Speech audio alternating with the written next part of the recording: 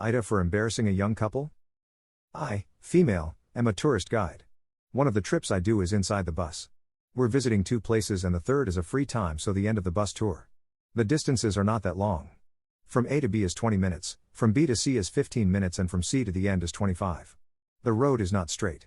It's like a serpentine with a very little space sometimes. Obviously it is safe. On one trip the bus was full.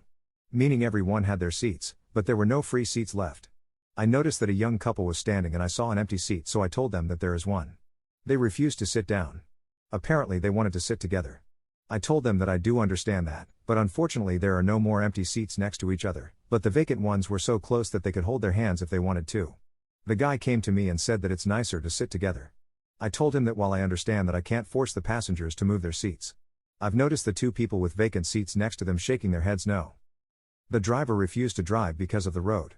The rest of the buses were long gone. People started being angry and I've heard someone saying that these people paid for their seats and they have nowhere to sit. At this point we wasted almost 20 minutes.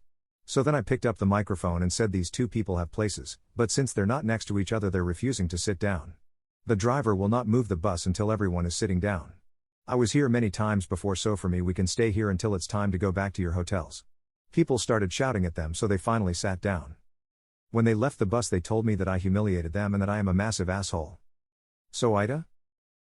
The sense of entitlement of some people never ceased to amaze me. WTF, they should have sat their ass down after you telling them the first time, no exceptions. NTAO, and they deserved every bit of the embarrassment that was thrown their way.